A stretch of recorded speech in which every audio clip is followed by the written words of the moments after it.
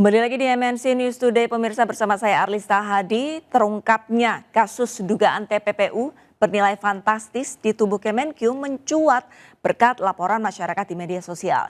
Dalam kasus flexing oknum pejabat Kemenkyu, Menko Polhukam Mahfud MD kembali menjadi yang pertama bersuara terkait dugaan tindakan pencucian uang.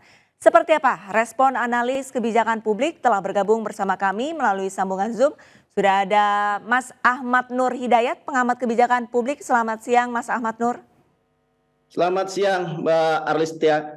Oke, Mas Ahmad, ini respon Anda nih mengenai fenomena flexing dari para pejabat nih, ini seperti apa? Jadi fenomena flexing ini ya memamerkan kekayaan, apalagi ada dugaan tindak pidana pencucian uang ya yang dilakukan oleh oknum di Kementerian Keuangan. Saya kira ini satu hal yang sangat memprihatinkan publik semua. Kenapa saya memprihatinkan? Karena kita ini kan suasananya sedang dalam pasca pemulihan. Kita belum pulih betul, kita masih dalam proses pemulihan dari pandemi COVID. Kita babak belur keuangan kita. Kemarin setelah COVID kita banyak spending di kesehatan, kita butuh penerimaan negara yang kuat. Tetapi dengan adanya seperti ini ya, terbongkar ya berbagai pihak, oknum pejabat, bahkan sampai 467 pejabat diduga mengalirkan 300 triliun ya yang tidak legal. Itu saya kira telah menghantam kepercayaan publik ya terhadap institusi yang tugasnya adalah mendapatkan penerimaan negara. Betul. Dan kalau ini kita biarkan ya tidak ada proses koreksi yang tepat gitu ya, ini akan membahayakan keuangan negara kita, Mbak Arlistia ya. Jadi saya kira ini dampaknya sangat signifikan buat penerimaan negara kita. Oke, tapi ini yang menjadi menarik perhatian warganet seperti itu. Tidak hanya pejabatnya, tapi juga keluarganya nih. Yang sering memamerkan harta benda ataupun liburan ke luar negeri. Kalau misalkan menurut Anda ini, apakah sebenarnya mereka ataupun keluarga dari pejabat ini hanya ingin merayakan atau merasakan jeripayah suaminya, atau justru pamer telah mengumbar-ngumbar atau menggunakan uang rakyat? Nah, kalau menurut Anda seperti apa? Jadi begini, kalau seorang pejabat negara ya ASN itu punya pengecualian dibandingkan pegawai-pegawai swasta lainnya. Dia adalah pelayan publik. Nah, masalahnya adalah kalau kita bicara mengenai seorang pelayan publik, itu kan orang punya persepsinya itu kan persepsi yang ideal, bahwa dia bekerja untuk membela kita. Ya, kemudian kita bisa juga lihat contoh-contoh di Eropa, misalkan Menteri Transportasi di Uni Eropa, dia menggunakan tram. Dia tidak menggunakan mobil pribadi karena dia ingin memastikan layanan tram di negaranya berjalan dengan nyaman baik. semua orang. Itu memberikan contoh. Saya kira persepsi atau imajinasi orang terhadap seorang pejabat publik ASN ini ada seperti itu. Makanya ketika mereka melihat adanya keluarga memamerkan kekayaan, apalagi ASN-nya sendiri, pejabat sendiri memamerkan kekayaan, ini pasti orang berimajinasi dia memperoleh dari cara yang tidak halal. Meskipun, betul. Ya, meskipun kita tahu bahwa ASN-ASN ini, apalagi di Kementerian Keuangan ini kan gajinya udah luar biasa. Jadi menurut teman-teman yang menghitung, memang dengan gaji pejabat eselon 1 mereka bisa beli motor gede, moge. Tapi pertanyaannya adalah, ya apakah perlu dipertontonkan seperti itu misalkan? Ya saya mendukung apa yang dilakukan Bu Sri Mulyani misalkan ketika dia meminta komunitas moge pajak dibubarkan. Iya. Tetapi apakah kemudian dengan narasi sampaikan kenapa dibubarkan? Karena harus tampil seolah-olah sederhana. Iya. Ini yang saya katakan sebagai satu kemunafikan, bahwa kalau misalkan dia memang biasa dengan hidup sederhana, maka itu yang diharapkan oleh publik. Tapi kalau dia menyembunyikan kekayaannya, apalagi kekayaannya itu diperoleh dengan cara ilegal, itu kan nanti kemunafikan, pura-pura sederhana tapi sebenarnya dia kaya raya. Oke. Nah, di poin ini Mbak Arlista ya, di poin ini saya ingin katakan bahwa kalau Anda ingin kaya, janganlah jadi ASN, kecuali rakyat Anda sudah kaya. Oke. Kalau Anda ingin jadi kaya, jadilah pebisnis. Kalau jadi orang kaya tapi ASN, pasti Anda dicurigai. Betul. Karena Anda akan bisa menggunakan kekuasaan dan kewenangan Anda untuk memperkaya diri Anda sendiri. Itulah istilahnya apa jebakan Batman-nya Jebakan teman-teman Batman. ASN ini. Baik, sementara itu Mas Ahmad ini kenapa nih yang bisa menjadi pertanyaan ini kenapa justru Menko Mahfud MD yang harus bersuara terlebih dahulu baru diusut nih kasus-kasus seperti ini? Nah, ini yang saya kira adalah tamparan buat inspektorat atau audit internal dari kementerian kelembagaan kita ya. Kenapa yang mengungkapkannya adalah orang bukan yang tugasnya mengawasi.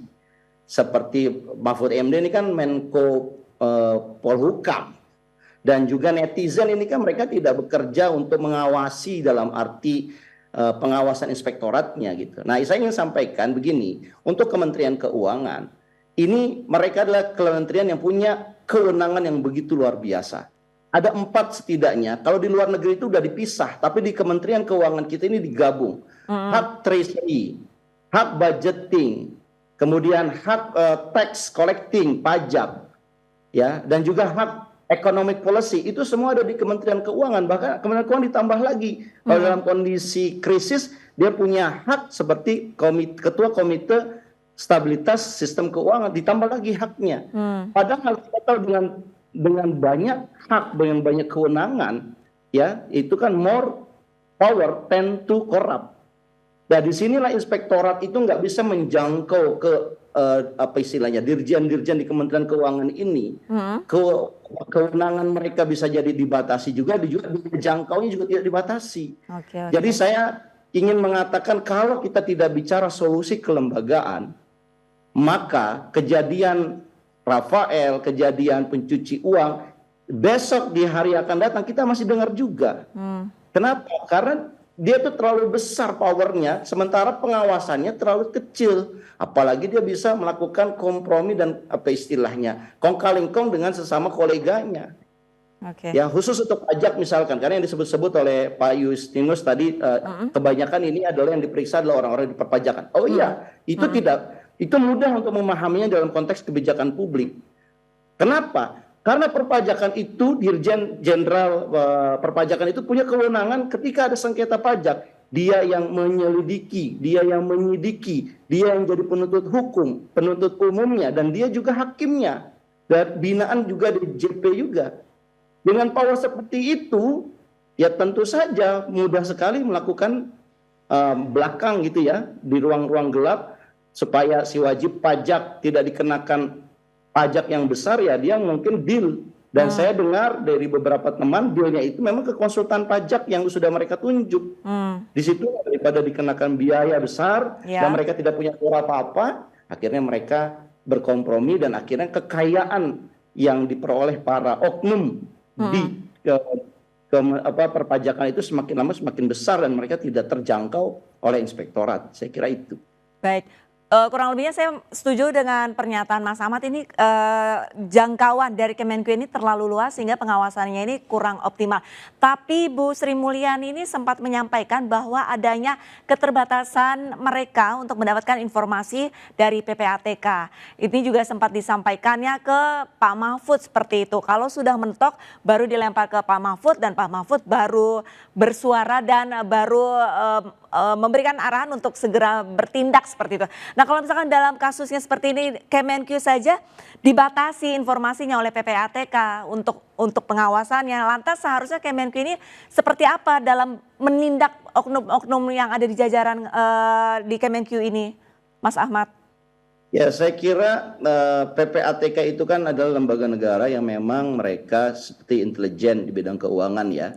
Dan yang menjadi objek intelijen kan adalah aparat pegawai negeri ASN juga. Nah, pertanyaannya sederhana aja. Yang paling banyak mengelola uang lah yang menjadi objek dari PPATK itu kan.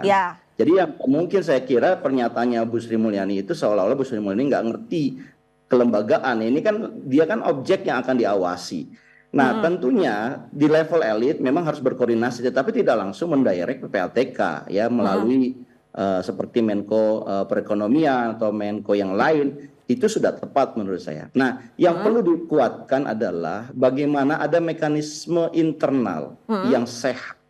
Ada sistem whistleblower yang baik.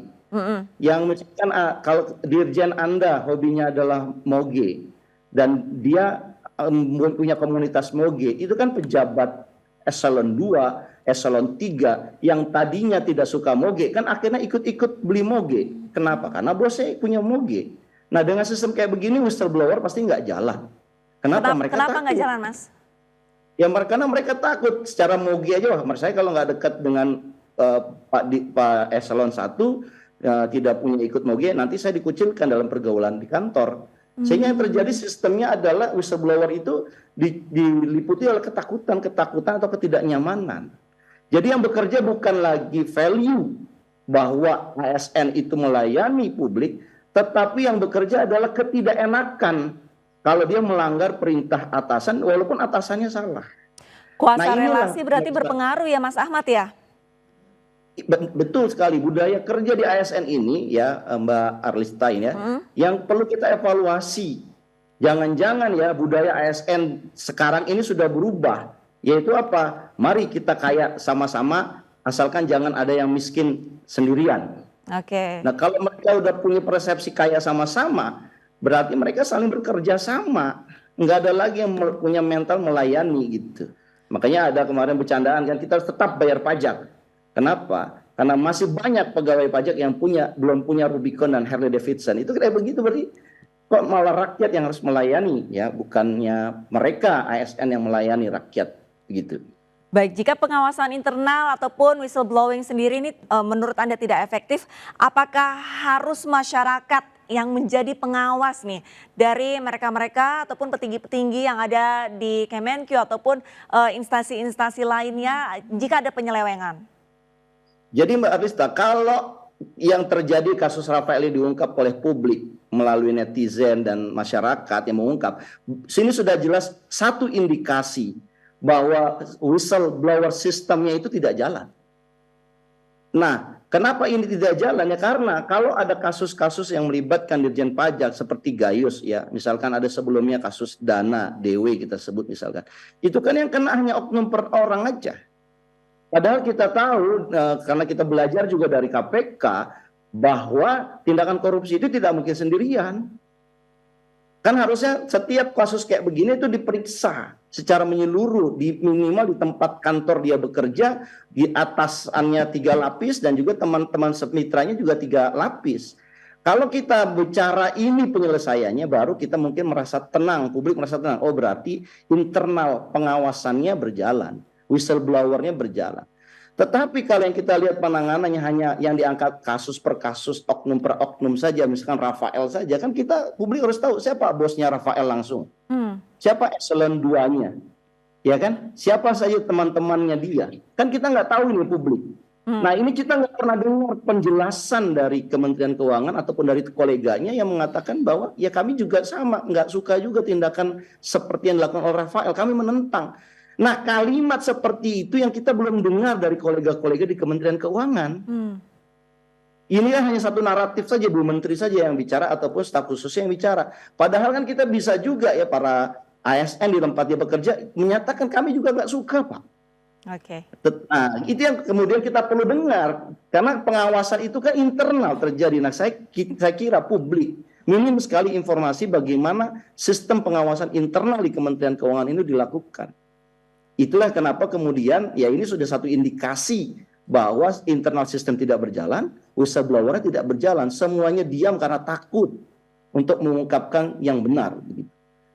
Sementara itu Mas Ahmad, ini Rafael Aluntri Sambodo belum tuntas persoalannya, sudah ada sejumlah nama pejabat publik lainnya, salah satunya adalah pejabat bea cukai. Nah ini otomatis kepercayaan publik semakin merosot nih. Kalau menurut Anda ini bagaimana caranya dari pemerintah sendiri ini untuk meningkatkan kepercayaan publik, ya salah satunya mungkin dengan membayar pajak.